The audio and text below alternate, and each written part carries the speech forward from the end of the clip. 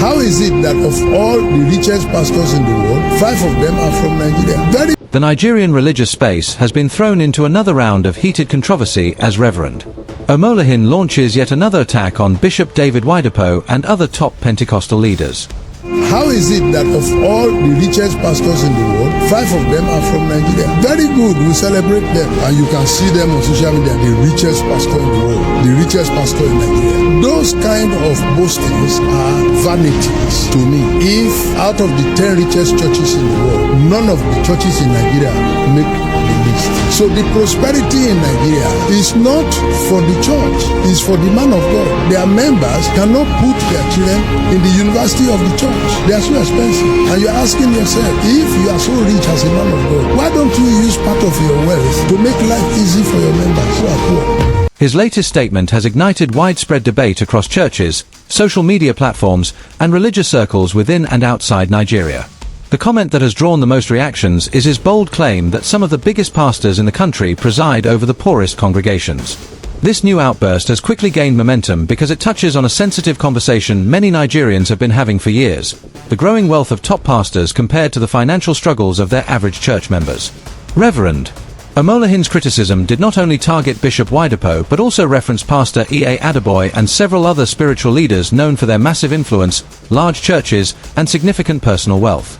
At the center of this controversy is a simple but provocative question: how can pastors be listed among the richest religious leaders in the world while many of their followers struggle with poverty? This question lies at the heart of Reverend Omolehin's new message, setting the stage for a national discussion that shows no sign of ending soon. Who is Rev Omolehin? To understand why this statement has attracted so much attention, it is important to first understand who Reverend Omolehin is. He is not a newcomer to religious debates, nor is he a pastor who remains silent in the face of what he perceives as doctrinal or leadership failures. Over the years, Reverend Omolehin has gained a reputation as one of the most vocal critics of the prosperity gospel and the wealth accumulation model practiced by many megachurch leaders. He has clashed openly with several prominent pastors, especially those he believes have placed material success above the spiritual and social welfare of their members. His confrontations have often gone viral because he speaks with the confidence of someone who believes he is addressing a deep-rooted problem in the modern church. For years, he has warned that the church is drifting toward what he calls commercial spirituality, where ministry is treated as a business venture rather than a mission of service. He often compares the lifestyles of early Christian leaders with what he describes as the luxurious lifestyles of today's pastors. Because of this, many Nigerians see him as a bold voice challenging powerful systems, while others see him as a critic who takes things too far. Regardless of one's opinion of him, one thing is clear: Reverend Omolehin's voice carries weight, and his latest criticism has once again placed him at the center of a national conversation. The new attack: what he said this time. In his latest outburst, Reverend Omolehin did not mince words. He stated plainly that the Nigerian church is witnessing a troubling reality. Some of the biggest pastors in the world preside over some of the poorest congregations. According to him, wealth in the hands of top pastors has grown so dramatically that they are now ranking globally among the richest in the world, yet the majority of their church members are struggling financially. He specifically mentioned Bishop David Oyedepo and Pastor Adeboye, along with several other top ministers, accusing them of amassing personal wealth far beyond what is expected of spiritual leaders. Omolehin argues that while these pastors continue to accumulate luxury properties, expensive cars, private jets, and billion-naira investments, their members often lack basic financial stability. He also criticized the pattern of building institutions that the average church member cannot access, particularly the elite private schools established by megachurches. These schools, he said, charge hundreds of thousands to millions in fees, effectively shutting out the same church members who contributed offerings and tithes to build them. For him, this is evidence that ministry wealth is benefiting the pastors personally rather than improving the welfare of their congregations. His statement has been viewed by many as a direct challenge to the integrity of Nigerian megachurches and their financial management systems. And because it names some of the most respected and influential religious leaders in the country, his words have generated intense debate. The wealth controversy. Reverend Omolehin deepened the conversation by making a striking observation. Nigerian pastors dominate the list of the wealthiest pastors globally, yet their churches do not appear on international rankings of the richest church institutions. This contrast, in his view, exposes a major discrepancy between personal prosperity and institutional development. According to Omolehin, in countries where churches are recognized as wealthy institutions, the wealth is visible in the structural development of the church, the welfare of members, and community investment. But in Nigeria, the global wealth lists often feature individuals like Oyedepo, Adeboye, and other top pastors, not the churches themselves. He argues that this suggests that resources flow more into personal hands than into community empowerment. In his view, the evidence lies in the living standards of many church members, who often struggle to pay school fees, afford decent housing, or support their families, even while attending churches led by billionaires. His criticism also extends to the idea of ministry transparency. He believes that if church institutions were genuinely accumulating wealth at the same rate as their leaders, the members would feel the impact through scholarships, free or subsidized schools, community programs, and support systems for the poor. Omolehin's argument raises a larger question about the structure of modern Pentecostal ministries.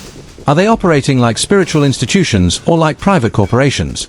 His critique has touched a nerve because it forces Nigerians to reflect on the relationship between spiritual leadership, financial accountability, and the socio-economic realities of the congregation. This is the controversy that continues to expand, provoking reactions from both supporters and critics, and setting the stage for deeper conversations about wealth, faith, and leadership in African Christianity. The school fees issue. A central focus of Rev. Omolehin's criticism is the issue of expensive private schools owned by major churches. He argues that one of the clearest examples of inequality within Nigerian mega-ministries is the gap between the standard of living of church founders and the financial reality faced by their members. According to him, churches have built world-class educational institutions, universities, secondary schools, and academies, but the majority of members who contributed their resources cannot afford to send their children to those institutions. He highlights the long-standing debate surrounding Covenant University, Landmark University, Faith Academy, Redeemer's University, and other educational establishments built by Pentecostal ministries. These schools are known for their high academic standards, impressive infrastructure, and global recognition, but they are equally known for charging fees that are far beyond the reach of an average Nigerian church member. For Rev. Omolehin, this is not merely an economic issue, it is a moral contradiction. He believes that institutions funded by offerings, tithes, and sacrificial giving should reflect the financial realities of the people who built them. In his view, the heart of ministry should be to uplift followers, not create institutions that exclude them. This argument has existed for more than 2 decades and continues to resurface each time the topic of church wealth arises. Critics argue that the purpose of church-owned schools should be to provide accessible, quality education that empowers members and communities. But the current model, they say, seems to operate like private businesses where the focus is on maintaining world-class facilities rather than serving the congregation. On the other side, defenders of these schools claim that the fees are necessary to maintain high standards, pay qualified staff, and remain competitive internationally. They argue that excellence requires resources, and churches should not be forced to run substandard schools simply to make education cheap. Yet, Rev. Omolehin insists that no explanation justifies why the people who contributed to the establishment of these institutions cannot benefit from them. To him, this is evidence of a system where wealth accumulated within ministry is not aligned with the welfare of the congregation. And therefore, he sees the expensive school system as one of the strongest proofs of inequity within Nigerian megachurches. Omolehin's core argument. Rev. Omolehin's message is built around 4 central claims that he believes expose structural problems within modern Pentecostal ministries in Nigeria. A. Church members remain poor while pastors are extremely wealthy. He argues that the wealth gap between pastors and their members has become so large that it can no longer be explained away as divine favor or spiritual blessing. In his view, the prosperity gospel has disproportionately benefited those at the top while leaving followers behind. He claims that the economic condition of many congregations does not match the level of financial prosperity displayed by their leaders. B. Ministry wealth is not reflected in the welfare of congregations. According to Omolehin, the financial resources flowing into these ministries should translate into visible, practical programs that improve the lives of members. This includes affordable schools, community health support, welfare packages, job creation centers, and poverty alleviation initiatives. He argues that if the wealth is truly for the mission of the church, then the impact should be felt by the people sitting in the pews every Sunday. C. Prosperity message benefits leaders more than followers. He believes that the prosperity doctrine, as practiced by many megachurches, has shifted from a message of hope into a system that transfers wealth from members to leaders. This, he claims, is why pastors attain billionaire status while the majority of their congregations struggle with financial insecurity. He says the message encourages giving, sowing seeds, and making sacrifices, but rarely produces the same level of results in the lives of followers. Churches should prioritize affordable education and social support. Omolehin insists that the role of the church includes caring for the physical and economic well-being of its members. He argues that churches should build institutions that are accessible to the common man, not systems that cater only to the wealthy or elite. According to him, true ministry should reflect compassion, empathy, and practical support, especially in a country where poverty levels remain high. These four pillars form the backbone of his critique and the reason his message resonates with many Nigerians, especially those who feel left behind in the prosperity-driven religious system. Public reactions. The reaction to Reverend Omolehin's latest comments has been explosive across Nigerian social media platforms. The conversation has split into three major camps. Supporters of Omolehin argue that he is speaking a truth that many are too afraid to express publicly.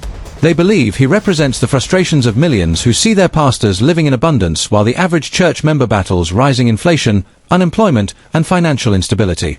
To these supporters, Omolehin's courage is refreshing in a religious environment where leaders are rarely questioned.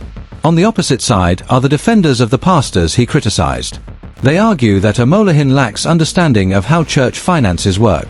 According to them, pastors such as Oyedepo and Adeboye have built massive institutions that bless thousands, and their personal wealth is a result of decades of hard work, investments, and global influence. Some accuse Omolehin of jealousy, bitterness, or seeking attention by attacking respected leaders. A third group emerges as the neutral camp. These people are not choosing sides but are calling for transparency, fairness, and honesty in the conversation. They acknowledge that pastors have the right to prosper but also insist that churches, especially those operating on a global scale, should be more transparent about how resources are used. They believe that a balanced conversation is needed, one that does not demonize wealth but also does not ignore the socio-economic struggles of members. Analyzing the pastors mentioned. To understand why Reverend Omolehin directed his criticism at leaders like Bishop David Oyedepo and Pastor Adeboye, it is important to analyze their unique positions within Nigerian Christianity. Bishop David Oyedepo is widely recognized as one of the richest pastors in the world. His ministry includes global missionary operations, a vast educational network, and a massive physical infrastructure. His influence extends beyond Nigeria into various continents. Because of this scale and visibility, he naturally becomes a prime target in conversations about church wealth and leadership responsibility. Pastor Adeboye, on the other hand, oversees one of the largest church denominations in the world, the Redeemed Christian Church of God. With thousands of branches across continents, Redeemed is a spiritual and organizational powerhouse. Despite Adeboye's humble public image, his global influence and the financial strength of the ministry make him an obvious figure in debates surrounding wealth and transparency. The broader issue of prosperity gospel. The controversy between Reverend Omolehin and some of Nigeria's most influential pastors cannot be separated from the wider debate surrounding the prosperity gospel. For decades, prosperity teaching has shaped the expectations, culture, and financial behavior within many Nigerian churches. The message that faith, sowing seeds, and sacrificial giving will produce material blessings has energized millions of believers but also attracted criticism from within and outside the church. In many congregations, testimonies of breakthroughs, promotions, business expansions, and miraculous financial uplift are used to strengthen the doctrine. However, critics argue that this emphasis often creates a culture where material success becomes a measure of spiritual growth. This blurs the line between genuine faith and transactional Christianity. There is also the ongoing philosophical clash. Some insist that spiritual prosperity naturally manifests in physical wealth, while others maintain that true prosperity should be measured by inner peace, obedience to God, and the ability to live a life of purpose. In this tension, statements like Omolehin's ignite deeper scrutiny. Across Nigeria, a growing number of Christians are questioning whether prosperity teaching has drifted from its biblical foundation into a system that enriches leaders at the expense of ordinary members. This broader issue forms the backdrop for why Omolehin's comments are resonating so strongly at this moment. Impact on the church and public perception. Controversies like this do not remain isolated. They influence how Nigerians perceive the church, its leaders, and the purpose of ministry. For many outsiders observing the situation, such accusations reinforce the belief that the modern church has become excessively commercialized. Words like business centers, celebrity pastors, and franchise ministries quickly trend whenever wealth-related accusations emerge. For committed members, these allegations can trigger confusion, doubt, or defensiveness. Some worry that public distrust may negatively affect attendance and giving. Others insist that these criticisms are attacks from those who do not understand the spiritual principles that govern kingdom prosperity. Church leaders themselves face increasing pressure to justify their financial decisions, lifestyle choices, and institutional policies. From social media to mainstream media, they are constantly under watch.